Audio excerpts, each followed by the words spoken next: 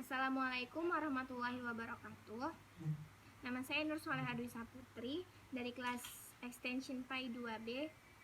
Tujuan saya membuat video ini yaitu untuk memenuhi salah satu tugas mata kuliah Ilmu Pendidikan Islam, yaitu untuk berceramah atau membuat video tentang materi yang berhubungan dengan ilmu pendidikan Islam.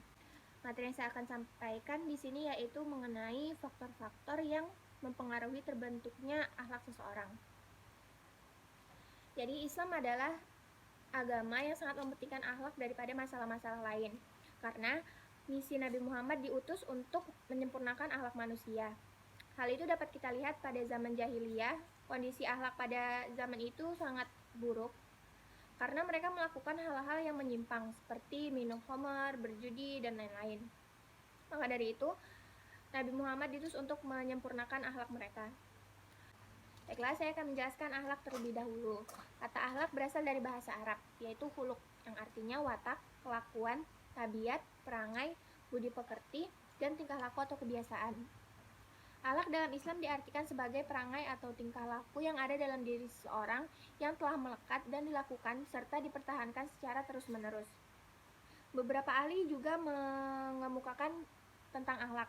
Salah satunya yaitu Imam Al-Ghazali dalam Ihya Ulumuddin menyatakan bahwa akhlak adalah daya kekuatan atau sifat yang tertanam dalam jiwa yang mendorong perbuatan yang spontan tanpa memerlukan pertimbangan pikiran.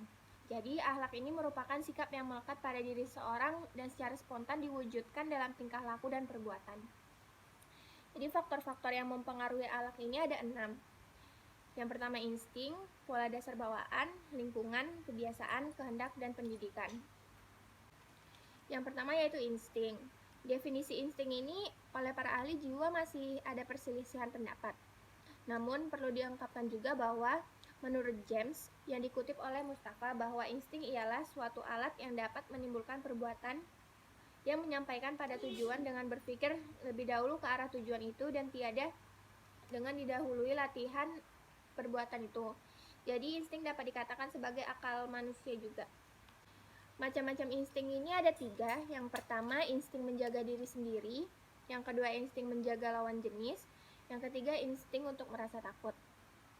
Yang kedua yaitu pola dasar bawaan. Pola dasar bawaan ini ada 2. Yang pertama adalah turunan atau pembawaan sifat manusia.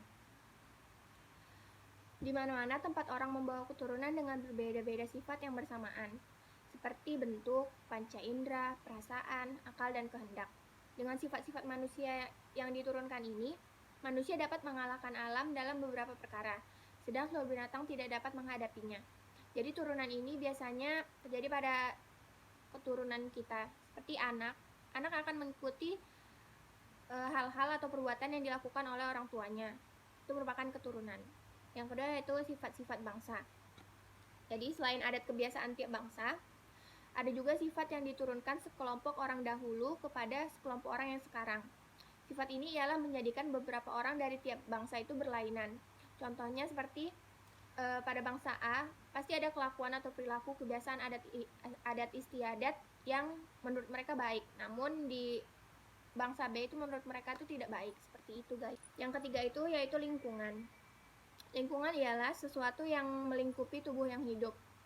Lingkungan ini sangat berpengaruh terhadap pembentukan akhlak seseorang karena seseorang pasti hidup di suatu lingkungan tersebut. Jadi mereka akan mengikuti akhlak atau perilaku atau perbuatan dalam suatu lingkungan tersebut.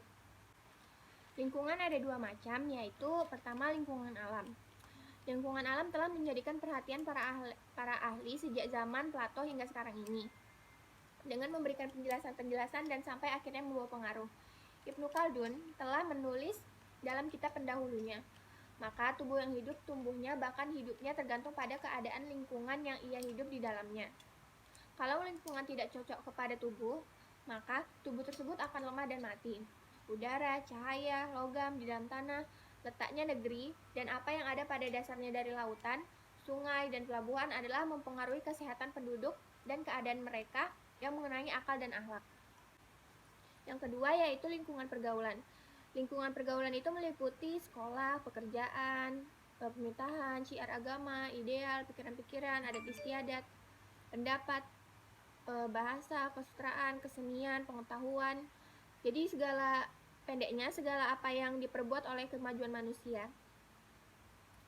Manusia dalam kemundurannya lebih banyak terpengaruh dalam lingkungan alam.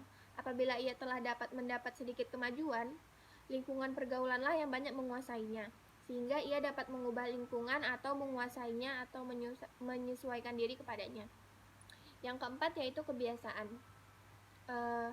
Ada pemahaman singkat bahwa kebiasaan adalah perbuatan yang diulang-ulang secara terus-menerus sehingga mudah dikerjakan bagi seseorang. Seperti kebiasaan berjalan, berbicara, berpakaian, berpidato, mengajar, dan lain sebagainya. Orang yang berbuat baik atau buruk karena ada 2 faktor dari kebiasaan, yaitu yang pertama kesukaan hati terhadap suatu pekerjaan, yang kedua adalah menerima kesukaan itu, yang akhirnya menampilkan perbuatan dan diulang secara terus-menerus.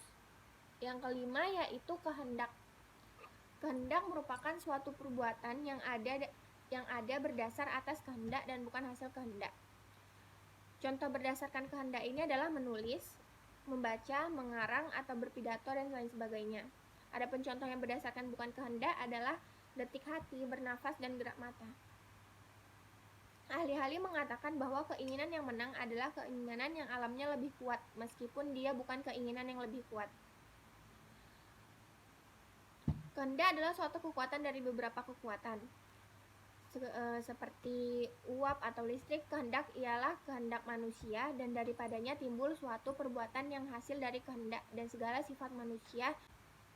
Ahli filsafat Yunani setengahnya berpendapat bahwa kehendak itu merupakan mereka dalam memilih, dan setengahnya berpendapat bahwa kehendak itu terpaksa menjalani suatu jalan yang tidak dapat dilampauinya.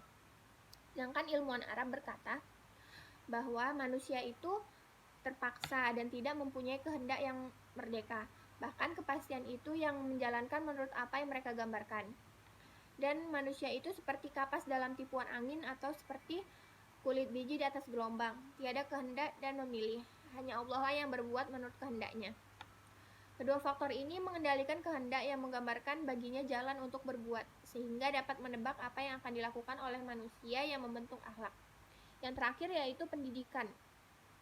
Dunia pendidikan sangat besar sekali pengaruhnya terhadap perilaku akhlak seseorang. Berbagai ilmu diperkenalkan agar siswa memahaminya dan dapat melakukan perubahan pada dirinya. Dengan demikian, di kalangan pendidikan dijadikan pusat perubahan perilaku yang kurang baik untuk diarahkan menuju ke perilaku yang lebih baik. Maka dibutuhkan beberapa unsur dalam pendidikan. Unsur yang bisa dijadikan agen perubahan sikap dan perilaku manusia. Yaitu unsur pertama yaitu tenaga pendidik. Karena tenaga pendidik adalah seorang yang akan mendidik siswa tersebut, sehingga siswa bisa mengikuti apa yang dilakukan oleh tenaga pendidik tersebut. Yang kedua, materi pengajaran. Karena materi itu yang akan disampaikan oleh tenaga pendidik kepada peserta didiknya. Yang ketiga yaitu metode pengajaran, dan yang keempat adalah lingkungan sekolah. Karena seorang siswa akan mengikuti apa yang dilakukan di lingkungan tersebut, maka lingkungan sekolah sangat berpengaruh dalam pembentukan akhlak di lingkungan pendidikan tersebut. Baiklah, mungkin itu saja yang dapat saya sampaikan. Kurang dan lebihnya saya mohon maaf. Assalamualaikum warahmatullahi wabarakatuh.